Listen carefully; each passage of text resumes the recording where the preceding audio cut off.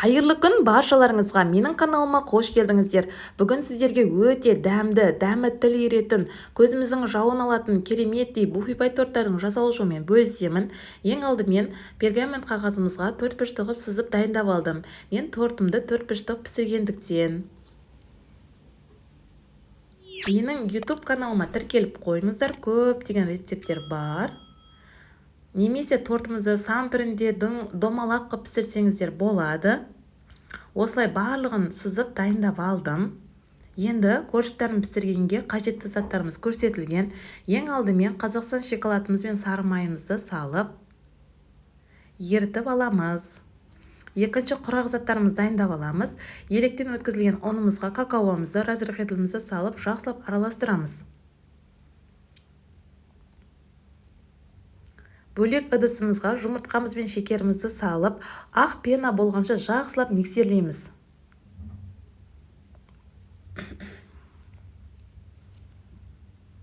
Массамыз 2 есеге ұлғаяды.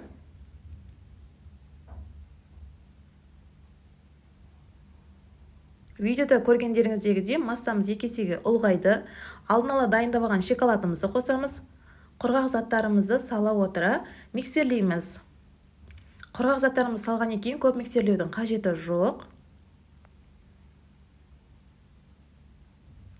Осымен тестамыз дайын. Алдын ала дайындап сызып алған пергамент қағазымызға тесталарымызды құйып, тегістеп жағып шығамыз. Осылай мен 4-ке бөлдім тестамызды.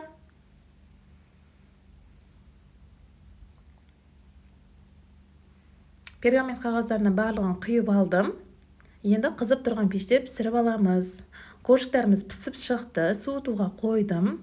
Суытқан коржықтарымызды артықтарын кесіп тастап, алдын ала сызып дайындап алған қағазымызбен осылай барлығын формаға келтіріп алдым бірдей қып. Егер үсті жағынан көтерілген болса, кесіп алып тастаңыздар. Тортымыз тегіс болмай шығады. Енді кремдерімізді дайындап аламыз. Холодильниктен 7 сағат тұрған творожный сыр мен сливке қажет бізге. Ең алдымен творожный сырымыз бен сахарный пудрамызды немесе шекерімізді салып, бір келкі болғанша миксерлейміз.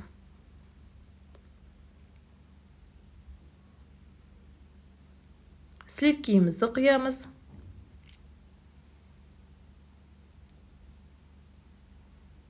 Жақсылап крем болғанша миксерлейміз. Өз қалпын ұстау қажет. Араластыра отырып миксерлейміз. Бір жерде тұруға болмайды миксеріміз. Өз қалпын ұстап тұр. Креміміз дайын. Буфи-пай торттардың шаригін шығарғанға арнайы өзінің насаткасы болады. Арнайы кондитерлік пакетімізге насаткамызды салып, дайындап алған кремдерімізді саламыз.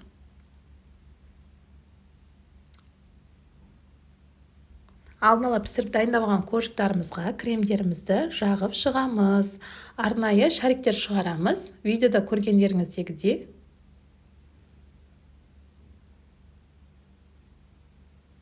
Шариктердің барлығын шығарып, ортасына крем жағып, екінші қатар коржығымызды саламыз. Осылай тортқа кремдерімізді жағып дайындап аламыз. Осылай жағып дайындап алдым тортымды. Енді 100 грамм Қазақстан шоколадымызға 100 грамм сливкемізді ертіп, үстіне құйып шығамыз.